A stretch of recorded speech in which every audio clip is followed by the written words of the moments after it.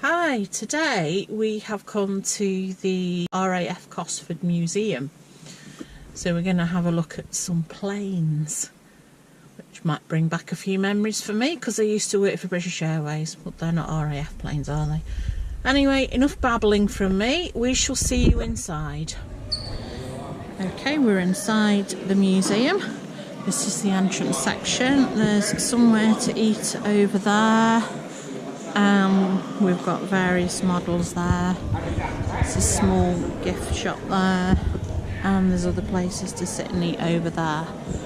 The entry is free, but you do have to pay to park, and the parking charges apply even if you've got a blue badge. So we've got some models hanging up here. Obviously you've got bigger aircraft outside, and there's hangars, although I do believe hangar 1 is closed due to the bad weather that we had earlier in the year. Outside, and we've got some old aircraft on display here.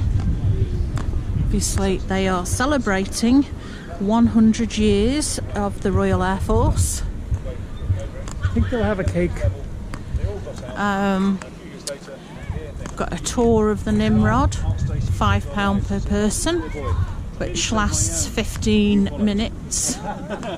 So you can actually have a tour of that Nimrod, should you want. That's quite impressive. Yeah. There's the Neptune. And there's the other side of the Nimrod. More aircraft there and there, and we are approaching our first hangar of the day. I actually thought that was a real person at first. It's a cardboard cutout. Really well done. There's the RAF story over there, timeline. Smell the oil. Quite warm in here as well. I wouldn't say it's warm, I'd just say smell the oil. All the different aircraft around.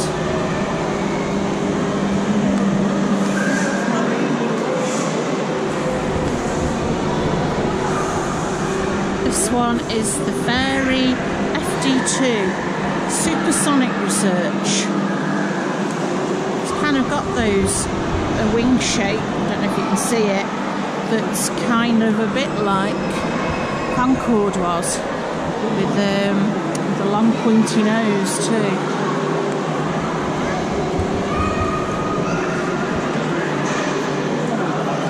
They have a Black Hawk simulator there that you can sit in. And here we've got a Gloucester Meteor F8 Chrome.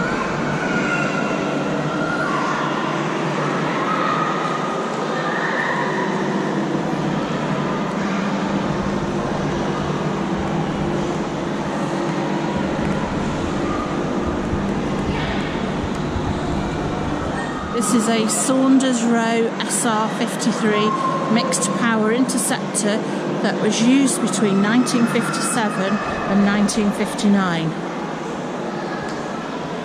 And then here we're at the back end of another plane, and they've actually done a cutout of what's inside each of the wheels. So this is the other side of this aircraft. This is the Olympus 22R320. On the left here, got another one.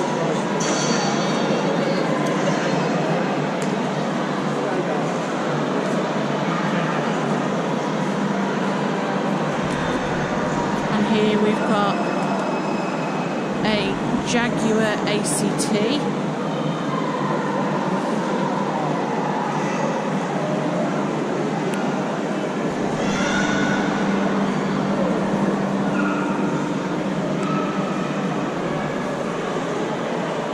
These aircraft look so old.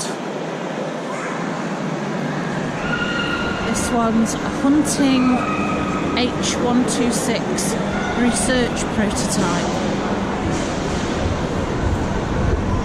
That mustard yellow colour.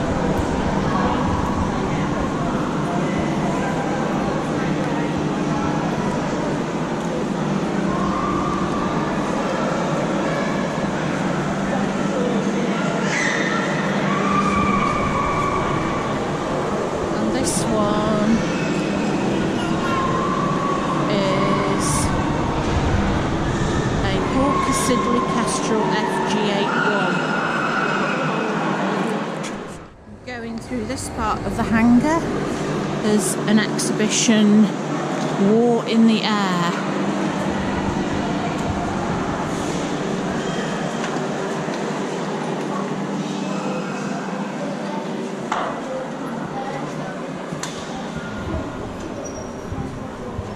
So we have a film here.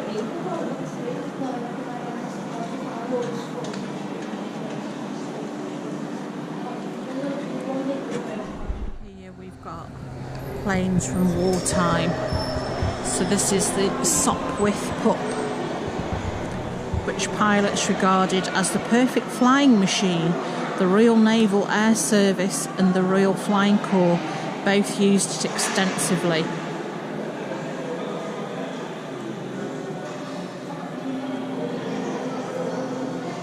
Here we've got the Sopwith 1.5 strutter.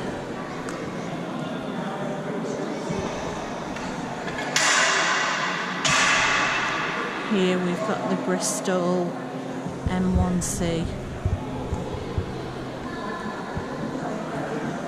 which is from 1917 to 18. This one was used during the First World War.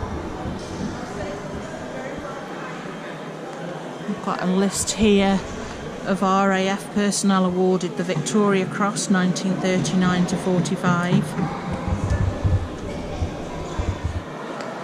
Here we have a Hawker Hurricane 2C single-seat fighter, which was used 1937 to 1946.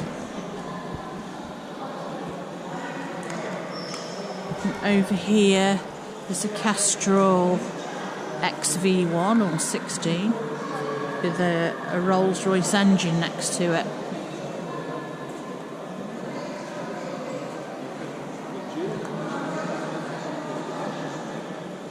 Here we have a Spitfire 1 fighter, which was used between 1938 and 1945. This one is a Bolton Pool Defiant Mark 1 fighter, used between 1939 and 1942. And down on the ground next to it is a folding motorcycle, cool which is that? they were dropped in parachute containers from aircraft for the Allied invasion forces. They could be unfolded and made ready for use very quickly. Almost looks like a child's bike, it's that small. This one is a Mitsubishi K1 46-3, known as Dyna Reconnaissance, used between 1943 and 1945. The Gloucester Gladiator Mark 1 single-seat fighter from 1937 to 1945, that was used. Here we have a Focke-Wulf FW-190A8 fighter bomber that was used in 1944. It was a successful German combat aircraft in World War II. It operated as a day fighter alongside the Messerschmitt Bf 109 in all theatres of operation. It was a German aircraft. Here we have a Junkers Ju-88 R1 night fighter, which is again a German one, from 1939 to 1945. can imagine back during World War II, it was quite terrifying to see the German planes flying overhead. I can imagine. There's another German aircraft. If there's a fire, we know how to get out. This is a Messerschmitt Me 410A1 U2 Hornisse fighter from 1943 to 1945. Here we have a Mosquito TT-35. Yeah. You can see at the front is where the guns are. It also carried bombs because it's got that bit open at the bottom. This is a Lincoln B2 bomber. Yeah, it is a bomber. 1945 to 1963. So we can walk underneath. This is where the bombs were kept. And the side here, you can have a feel there, John. There, that's the side of the bomber that would open out and let the bombs drop through. Oh, It's probably why it's such a big beastie, because it carried bombs. And here we've got a Feisler F156C7 Storch from 1937 to 1945. And here's a Jumo 004 turbojet. Relatively dainty looking aircraft is a Messerschmitt Me-163B1A Comet rocket propelled interceptor. It looks positively dainty. It's sitting there next to the bomber. Here we have a Messerschmitt Me-262. This is John having the opportunity to have a feel of a Spitfire. You're not allowed to touch the exhibits normally, but he's been given this opportunity to have a hands-on experience, so he gets to kind of feel it, whereas we can just see it. So he's now got the man telling him something about the Spitfire. It's a great opportunity, and didn't know that it was an opportunity for visually impaired people to be able to feel the aircraft, as long as they've got a museum member staff. John's getting the chance to feel along the wing a bit further along, so he's just noticed that the back of the wing is thinner than the front of the wing.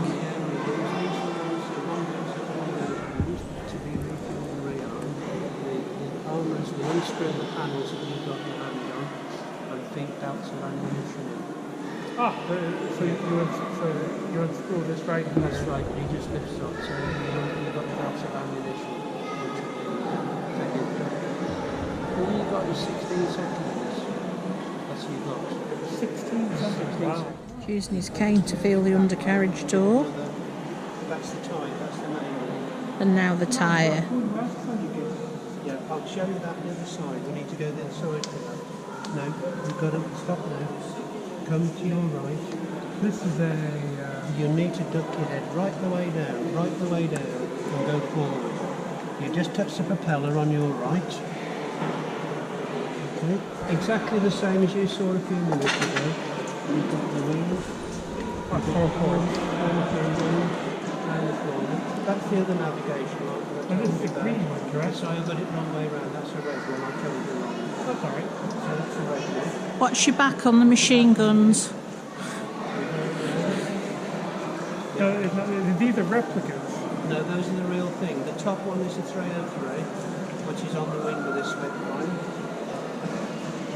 That one, yeah. Underneath is a half inch. John's now by the cockpit. They look tiny. It must have been so claustrophobic in there. Now he's having a feel inside the cockpit. And he's heading down towards the tail. What a great opportunity. George and I aren't allowed to touch, just John, as George and I can see. So John's seeing through his fingers.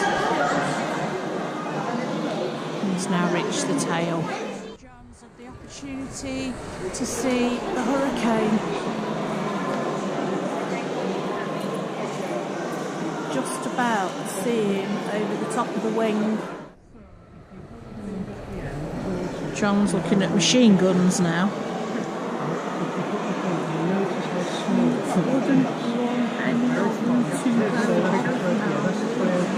No. This is the half inch. The Americans are very... Don't press it into it. So that's a half inch. You can see how much bigger that one is.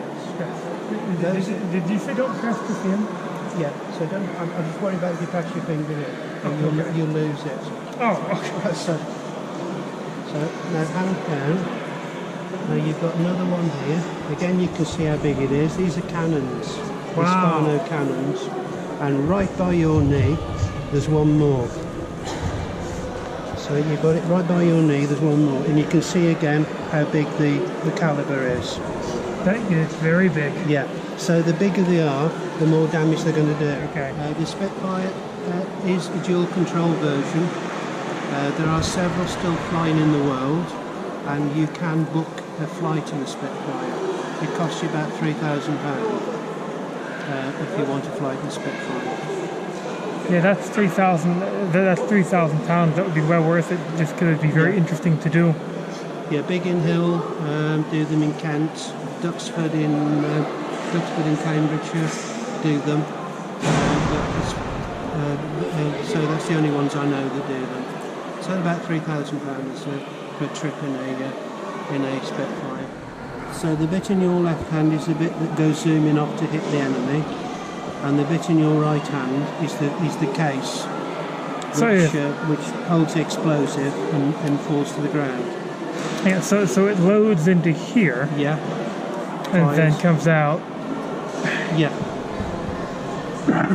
So that's the 303.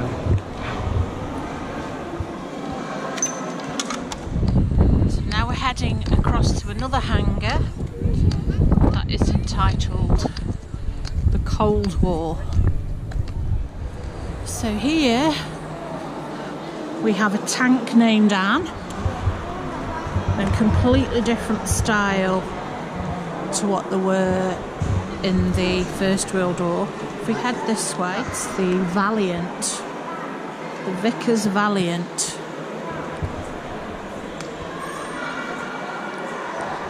And through this window here, you can have a look at the flight deck. At the moment we're walking under a Meteor aircraft.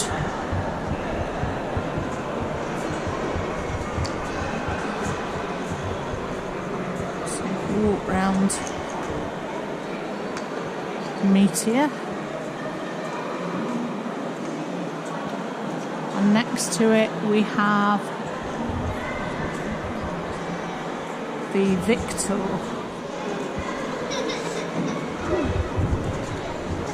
So that's the back of the Hunter,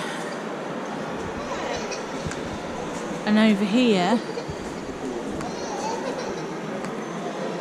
we actually have some of the rockets. Some of these rockets are the size of some of the smaller aircraft that we saw the World War II stuff.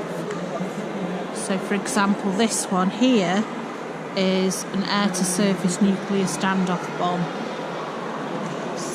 These are massive, and then there's some more warheads over there.